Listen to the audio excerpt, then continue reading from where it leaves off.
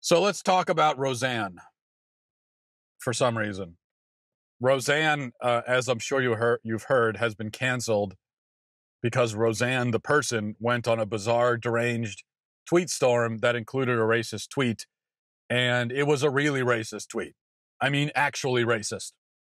There's a definite boy who cried wolf thing that goes on with racist claims where everybody's accused of being racist and everything is racist and so on and so forth. But in this case, there's a wolf. There's a real wolf here because this was actually racist. Roseanne tweeted, this was her tweet, Muslim Brotherhood and Planet of the Apes had a baby, VJ.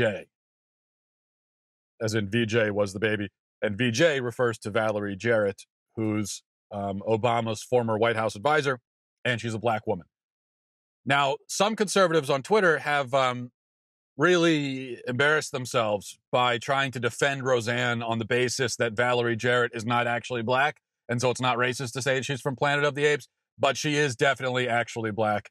And I mean, I've seen people passing around photos of Valerie Jarrett where her skin has been lightened in the photo through Photoshop in order to defend Roseanne. I mean, this is just, it's really pathetic. She's not only is she a black woman, but she's clearly black. I'm not a Valerie Jarrett biographer. Okay. I know very few things about her. In fact, what I just said is everything I know about her. I know she was a former White House advisor and she's a black woman. And I know that she's a black woman because I've seen her. And if you do actually investigate her lineage, you'll find that both of her parents were black. So and in fact, she apparently even has, her maternal grandfather was a prominent black architect or something like that, I believe. So she's definitely black and no way around it. Roseanne said that, and she's obviously black, and Roseanne said she's from Planet of the Apes. And she was also, now to put this fully in context, Valerie Jarrett was also born in Iran. So you've got a black woman born in Iran, and Roseanne says that she's the love child of the Muslim Brotherhood and Planet of the Apes. That is super, super hyper racism on steroids. If that's not a racist comment, then it is impossible to make a racist comment. Racist comments don't exist if that is not a racist comment. I don't know how else to put it. There's no justifying that. There's no claiming it's not racist. It is. Okay. And it's not, this is one thing. People are not playing a gotcha game with Roseanne where they're jumping on some innocent comment and trying to make it. No, she said that a black woman's from Planet of the Apes. And so, just don't say that. It's a really easy thing to not say, right? Most of us can go through our whole lives and never say that a black person's from Planet of the Apes. It's a really easy thing to not say. And if you don't think that way, then you probably would never say it. And it especially should be easy as for Roseanne as a 65-year-old, wealthy, multimillionaire, prominent woman who's getting paid millions of dollars from ABC to do a show. I think ABC expects her to not go on a public forum and say racist stuff. And that's a pretty reasonable expectation. Just don't do that. Don't say that. Why would you say that? You've got hundreds of people that are reliant on you for a job. Think about all the people that work on Roseanne. And now they're out of a job. Not because of ABC, but because of Roseanne. Because she's mentally unbalanced and selfish. And so she can't control herself. This is her fault 100%. The firing makes a lot of sense. I'm sorry, guys. This is it's not a free speech issue. Roseanne is not a martyr. Okay, she's not being persecuted. She brought this entirely on herself 100%.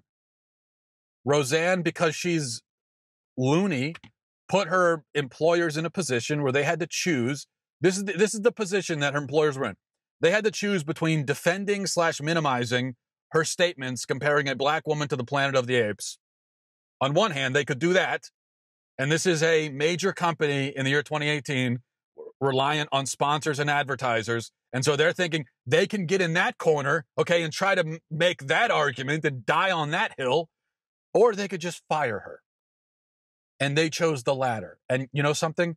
That's a perfectly sensible thing to do. And I'll tell you this, If it were my employee and I'm paying them millions of dollars and then they go on a public forum and say crap like that, I would definitely fire them. I wouldn't even have to think about it. Of course you're going to fire them. It's not my responsibility as an employer to defend you on that. It's your responsibility as someone getting paid millions of dollars by me to not embarrass me like that and to not cause a PR nightmare where I could lose millions of dollars. It's your responsibility to not do that. And you couldn't even fulfill it. So get out of here. You're done. Any sensible business person would make the same decision. And I know you're going to say, well, millions of people are watching her show. She's got a great, you know what? They're going to find another show that's going to do fine. And most of the people that are saying they're going to boycott ABC and Disney, they won't do it. They just won't. They'll, if there's another show, most of the people right now say, I'm done with ABC if Roseanne's not on ABC. Yeah, you know what? If ABC has a show next week, announces a new show, and you think it's interesting, you'll watch it. Everybody's going to just watch. If people want to watch something, they're going to watch it. It doesn't matter. Now, and by the way, just to say one thing, I think this is important. It would be different, I think. It would be different if let's say Roseanne had made a comment like this a long time ago. She'd made a joke like this. And somebody went on a dirt digging expedition and dug this up to try to destroy her. And they, went sifting through and they went through the effort to go find this thing from a long time ago and use it against her. And let's say that were to happen. And then this is brought to the forefront and Roseanne's embarrassed and she apologizes and she says, yeah, that was a long time ago. I regret it. I made jokes like that. I've grown since then. I'm not that kind of person anymore. I'm a 65-year-old woman now. That's not who I am anymore. If that's how it had gone, then I would probably be on Roseanne's side. I would say, look, you can't, people make mistakes. It was a long time ago. And she's moved on since then. She's grown. So no, I don't think you should take her past sins and hang them around her neck. But that's not what happened. This is something she just said yesterday, publicly, in front of everybody. And she's making excuses for it now. Now she says that she was on Ambien, and that's why she said it. So she has not taken. She said it publicly yesterday, and she won't even take ownership of it. She refuses to take ownership. She's saying that she was on Ambien, and that's her excuse. So, what can you do? You have no choice but to just fire her. Now, I think this story serves, or should serve anyway, as a cautionary tale for conservatives. And to understand why, let's back up for a moment. Okay, let's back up to let's go back to the 90s, okay, to understand, to get the full picture and the full context. So in the 90s, Roseanne was one of the most left-wing sitcoms in the history of American television, if not probably the most left-wing, in fact, at the time. It promoted abortion. It promoted gay marriage. It was blatant in its agenda and ahead of its time in that regard. Now it's not so unusual to find shows that promote those things, of course, but back then it was unusual. So Roseanne was not only a leftist sitcom, but it was a radically leftist sitcom, and it was ahead of the curve in terms of its leftism. So that's the show. Then it ends, and Roseanne, the person, goes on to become a far-left political activist. She runs for president as a socialist. She's an avowed socialist. She champions left-wing causes. She was so mad at Chick-fil-A because its CEO supports traditional marriage that she tweeted a few years ago, and I quote, anyone who eats crap filet, well, she didn't use crap, she used the S word. So, yeah. Anyone who eats Chick-fil-A deserves to get cancer. Anyone who eats Chick-fil-A deserves to get the cancer that is sure to come from eating antibiotic-filled tortured chickens for Christ. So she tweeted, just to recap there, okay, she tweeted that that the Christian conservatives who eat Chick-fil-A deserve to get cancer. And then when she was criticized for this, she lashed out at the Christian liars who were attacking her. She never actually apologized for the tweet. And in fact, what she did is she backtracked and she made an excuse. And she later claimed, that she wasn't saying that anyone deserves to get cancer. What she was trying to do was she was trying to warn us of the negative health effects of eating fast food. She was trying to warn us of the health impact of eating fast food. That's what she was claiming that tweet was about.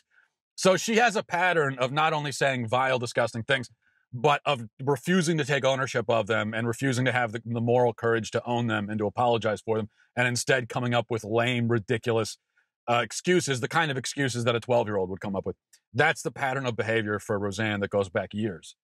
And then there's a few years of this kind. So just remember, by the way, if you're a Christian conservative and you like Chick-fil-A, you support traditional marriage, and you also love Roseanne, just remember that she wants you to get cancer. That's what she said. So she thinks you should get cancer. That's her opinion about you. So I don't know. I mean, that maybe is a relevant point. A few years of this stuff continues, and then during the 2016 campaign, Roseanne randomly says that she likes Trump. Of all the things that she's rambling about nonsensically, that's one of the things that she happens to say. Although her left-wing convictions still remain intact, she likes Trump. And suddenly, this woman who has spent a career spewing far-left lunacy all over the place, and promoting and mainstreaming far-left ideas, this woman who has wished cancer on Christian conservatives now becomes a hero of conservatives simply because she likes Trump. And then the new show was announced. And in the first episode of the new show, there's a storyline involving a cross-dressing 9-year-old. So it's not like she's had a change of heart and she's changed and she's grown and the show's going to be different now and everything. And this, what used to be a far left show, is now going to be a conservative family values show. No, it's still far left. It is still actually ahead of its time in its far leftness. Cross-dressing 9-year-olds on a family sitcom is still unusual. So again, Roseanne is ahead of the curve on the leftism. But still, conservatives, some of them anyway, champion this show in spite of the gross, perverted sexualization of children, all because Roseanne likes Trump. That's it. That's all it takes. Nothing else matters. She just likes Trump. And some of the people that have this attitude, they said, well, I've forgiven Roseanne. It's forgiveness. No, it's not forgiveness. If she didn't like Trump, you wouldn't be saying any of the stuff you're saying right now. Be honest. Don't tell me it's because you've forgiven her. It's because she likes Trump. It's the only reason. If everything else stayed the same with Roseanne, but she didn't like Trump, you'd hate her. You wouldn't be watching the show. You wouldn't support her. It's only because of the Trump thing. That's the only reason. That's it.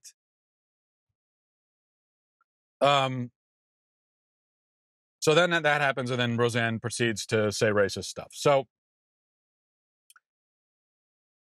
what did conservatives achieve by latching on to a celebrity who happened to utter one thing they agreed with? What did conservatives achieve? Nothing, I'm afraid to say. They embarrassed themselves. That's what they achieved. They embarrassed themselves. We are embarrassed now. And somehow you've got this far left person who says something racist, and now suddenly we have to take ownership of that. That's our thing now, when it shouldn't be. This is a far left comedian. Why is this our thing? Becomes our thing because for some ridiculous reason we latched on to her. And so we're embarrassed. And that is generally what happens when conservatives, with conservatives and their desperate, sad, pitiful celebrity infatuation. This is generally what happens. whenever we cling on to any famous person who says one single thing we agree with, we end up looking stupid. And whether it's because Roseanne says something racist or because we invite Clint Eastwood to the Republican National Convention and he yells at a chair for 45 minutes, we always end up looking ridiculous. And so maybe we should stop doing this. You know, maybe it's we should look at a different strategy. Here's the problem. I think we seem to believe, and I keep using the word we, I realize. I'm talking about conservatives generally, of which I guess I am a part, although conservatism is now such a meaningless term that I don't even know how I can associate myself with it. But just for the sake of argument, I'm talking about conservatism generally. So here's the problem. We seem to believe that the way to defeat the left is to copy it. And that's what we're doing. We are like the pitiful little, sad little brother, you know, who sees his older brother and just starts dressing like him and imitates everything he does. And so we treat the left like our older brothers. And so we're just copying everything they do and then pretending that we're beating them somehow that way. You see, we beat the left by becoming them. Ha ha! You didn't see that coming, did you? So we see that they have a bunch of celebrities on their side, and we think that, well, that means we need to get us some celebrities. But the problem is that they have cool celebrities on their side, okay? They have like LeBron James, and we have Roseanne, who isn't even really on our side. And we have we have Roseanne, and we have I don't know, James Woods, and one of the Baldwin brothers, I think, and Scott Baio. Okay, those are our people. The liberals have all the cool ones, and we have this is our collection of misfits that we've brought together. So it doesn't work. We aren't going to beat the left at its own game. We aren't going to out-celebrity them. And we should stop trying. Now, it's one thing, don't confuse what I'm saying here, because if we do find a piece of pop culture art, like a film or a television show or music or whatever, that really does effectively convey a truthful, essential message, then we should champion it. We shouldn't go overboard. We shouldn't become groupies, but we should support it. But Roseanne is emphatically not that show. First of all, it's a stupid show. Second, it's a vehicle for left-wing values. That's what it's always been and still is, or was anyway. So it's not in any way the kind of thing that we should be supporting. It's not, this is a vehicle for left-wing values, not for conservative values, whatever those are at this point. On the rare occasion that we get something like a movie or a show that is really different and champions what we might call conservative values, quote unquote, then I think, yeah, we should support it. Just an example is my wife and I just a couple nights ago, my wife and I went to see the movie A Quiet Place, which I think has, and you know, it's been out for a while now. It's a very popular movie. And I agree with what many other people have said about the film, that even though on one level it just seems like your standard sci-fi horror film, it actually, I think, has some very profound and beautiful pro-life, pro-family, pro-faith themes. And on top of that, it's just a well-done, effective, skillfully crafted and executed film. And it's also entertaining. And so in that case, yeah, I think we go support a movie like that. A movie that shows this family bonded together by faith, the man in this protector role, the woman as a strong but feminine character, and you know, that's something that I think we should support. So I do think that pop culture and movies and film, they are a very powerful way to get across a message. But the problem comes when we latch on to literally any pop culture property that even vaguely, sort of, dimly echoes a few right-wing talking points. That's the problem. We just end up discrediting ourselves, and we come across, in the meantime, also like we have horrible taste, which I don't think helps our case either. But the point remains, we are not going to win the culture with celebrity, especially not with these celebrities, okay? Especially not with Roseanne. But we won't win with celebrity regardless. Even if we had some of the cool ones, we still wouldn't win that way. I think we win the culture. If it's going to be won at all, we win it by being radical and firm in our convictions. We win by being authentic, genuine, thoughtful, intelligent. We win by sticking to the truth, by being adults, okay? We don't win by debasing ourselves, by desperately defending whatever racist crap Roseanne says. That's not how we win. We don't win anything. We just make ourselves look ridiculous, and we convince precisely no one.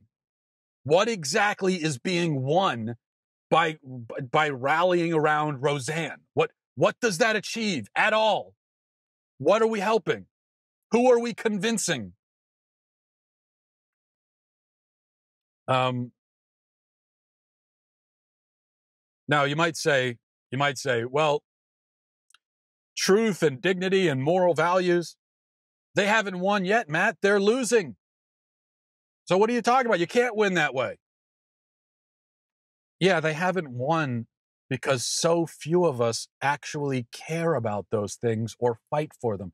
That's why they haven't won, because we've given up on them. We haven't even tried to fight for them. Most of us don't even try to fight, but we've just given up.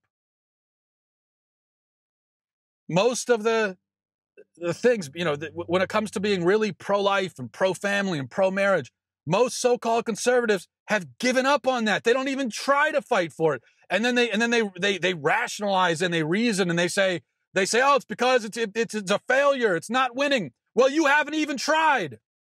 Why don't you get up and fight first? Why don't you give it a shot? Before you tell me it can't be done. Before you surrender, why don't you actually get up off of your butt and actually try to fight for these things? Don't sit there and tell me that it's not working or it can't win that way. And let me tell you something. If we have actually gotten to a point in our culture where truth and morality and dignity can't win, well, then it's done. We're finished in that case. And so what's the point? Then at that point, you may as well retain your own dignity for yourself and your family. You may as well hold on to that and worry and if everything's collapsing all around us, then you may as well hold on to your own dignity and your own moral sense. Because it's all falling apart anyway, and there's no advantage in just abandoning that at the last moment.